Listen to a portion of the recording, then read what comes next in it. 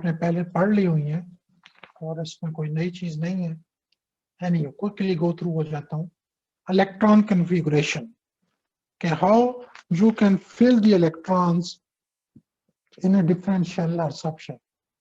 दो basic rules होते हैं जिनको ओबे करते हैं कि एक सिस्टम ऑफ पार्टिकल स्टेबल है when total energy is minimum or only one electron can exist in any particular quantum state in an atom। तो ये दो बेसिक चीजें हैं और बाकी आपको पता है कि ये याद करने वाली चीज तो नहीं है, समझने वाली है कि जो बाइंडिंग एनर्जी होती है different elements with increase of electron number atomic number, ये यहाँ ड्रा किया हुआ एक्स एक्सिस पे वाई एक्सिस पे बाइंडिंग एनर्जी है। तो इन एटम्स के डिफरेंट जो ऑर्बिट्स हैं उनकी बाइंडिंग एनर्जी कर्व ड्रा की गई है। 1s की बाइंडिंग एनर्जी सबसे ज्यादा है क्योंकि वो क्लोज टू द न्यूक्लियस है और इलेक्ट्रॉन्स उसको टाइटली बाउंड किए हुए हैं।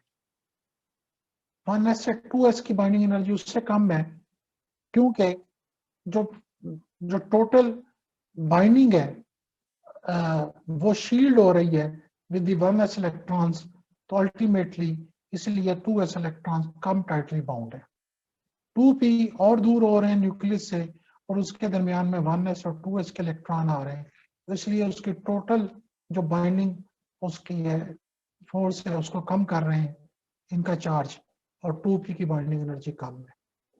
3s की और कम है, 3p की उससे कम है, और 3d और 4s जो है इनकी बाइंडिंग एनर्जी कुछ एलिमेंट्स के लिए एक दूसरे को क्रॉस करती है।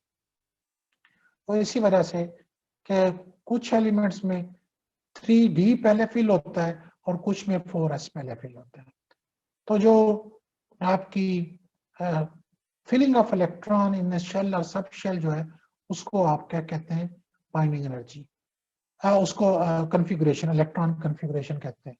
मसलन अगर आपके पास सोडियम के पास 11 इलेक्ट्रॉन है तो वो कैसे फिल होंगे, 1s स्क्वायर में 2 इलेक्ट्रॉन, 2s स्क्वायर में 2 इलेक्ट्रॉन, क्योंकि n1 हो तो l जो है सिर्फ 0 होता है, तो l 0s होता है तो 2 इलेक्ट्रॉन आ गए।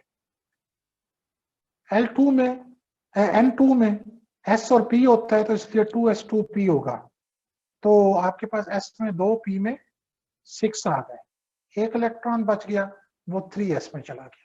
तो इस तरीके से आप डिफरेंट एलिमेंट्स की जो कॉन्फ़िगरेशन है वो लिख सकते हैं कि इलेक्ट्रॉन किस तरीके से उसके शेल और सब शेल के अंदर फिल हो रहे हैं। आज के लिए मैं यहीं पे स्टॉप कर रहा हूँ, चीजों को देख लें, एक बार पढ़ लें और फिर हम एंड करते हैं।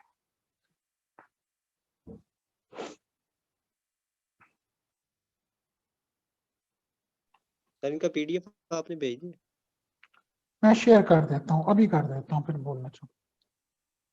ठीक है।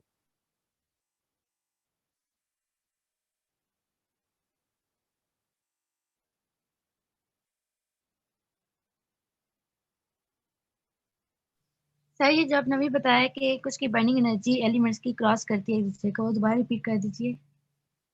मैंने सिर्फ अभी रीजन नहीं उसकी बताई, कुछ एलिमेंट्स के लिए मैंने ये कहा है कि बाइंडिंग एनर्जी एक दूसरे को क्रॉस करती है, तो जिसकी बाइंडिंग एनर्जी ज्यादा होगी वो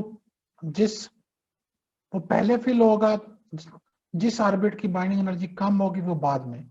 मसलन कुछ एलिमेंट्स के लिए 3d पहले फिल होगा और कुछ के लिए 4s फिल होगा। अभी मैंने इसकी रीजन नहीं बताई, उसको डिस्कस नहीं किया।